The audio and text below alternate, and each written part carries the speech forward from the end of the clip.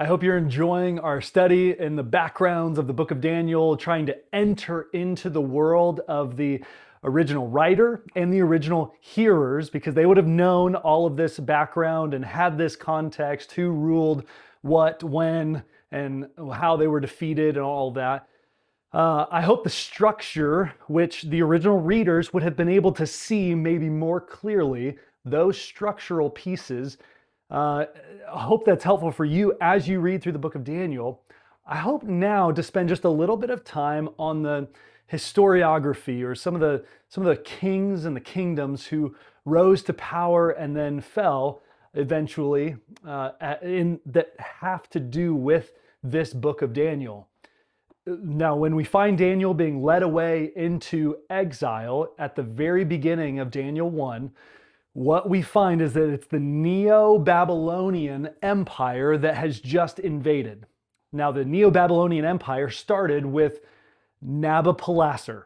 Nabopolassar is the father of Nebuchadnezzar, King Nebuchadnezzar, who we see in the book of Daniel. But Nabopolassar here came to power in 626, and he ruled until his death in 605. Nabopolassar spread the Babylonian Empire and defeated Assyria in 614 through a treaty, an alliance with the Medo-Persian Empire, or the Medes, from the north. Babylon came from the south, and they defeated Assyria that found itself in the middle. Assyria, you might know from the book of Jonah, as the capital city with the capital city of Nineveh. Nineveh was the capital city of Assyria. The Assyrians were ruthless, and Jonah went and spread the gospel. They heard, they repented, they turned back to God, and God relented of disaster. But eventually they turned away from God, from worshiping Him again, and they were defeated through this alliance of the Neo-Babylonian Empire and the Medes, who came together and crushed both Nineveh and another city in Assyria called Ashur. So the empire of Babylon grew during Nabopolassar's reign. In 605, when he died, Nebuchadnezzar II took over, his son, and he reigned from 605 to 562. So he reigned for quite a while, and he grew the Babylonian Empire to be larger than it had ever been before, and I believe it actually grew to its extent. No other subsequent empire or emperor actually grew it larger. But Nebuchadnezzar came to power, and he had much dominion and authority. And not only was he powerful, but Nebuchadnezzar, need to know this, was a very culturally informed guy, as well as he was very religious. He was very religious in the sense that he worshiped the gods of Babylon immensely. In Babylonia was one of the primary moon cult hubs, or holy cities in the Babylonian Empire.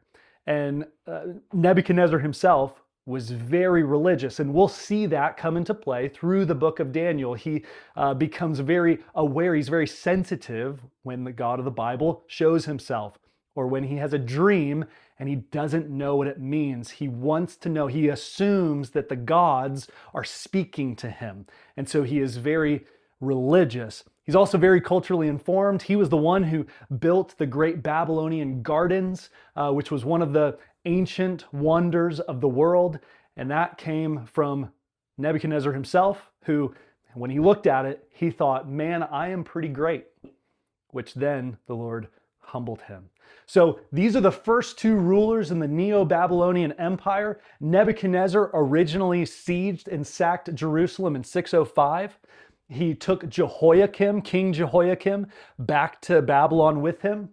And then he set up Jehoiachin as the next kind of ruler, but his slave ruler in Jerusalem. Well, Jehoiachin rebelled. Nebuchadnezzar crushed him.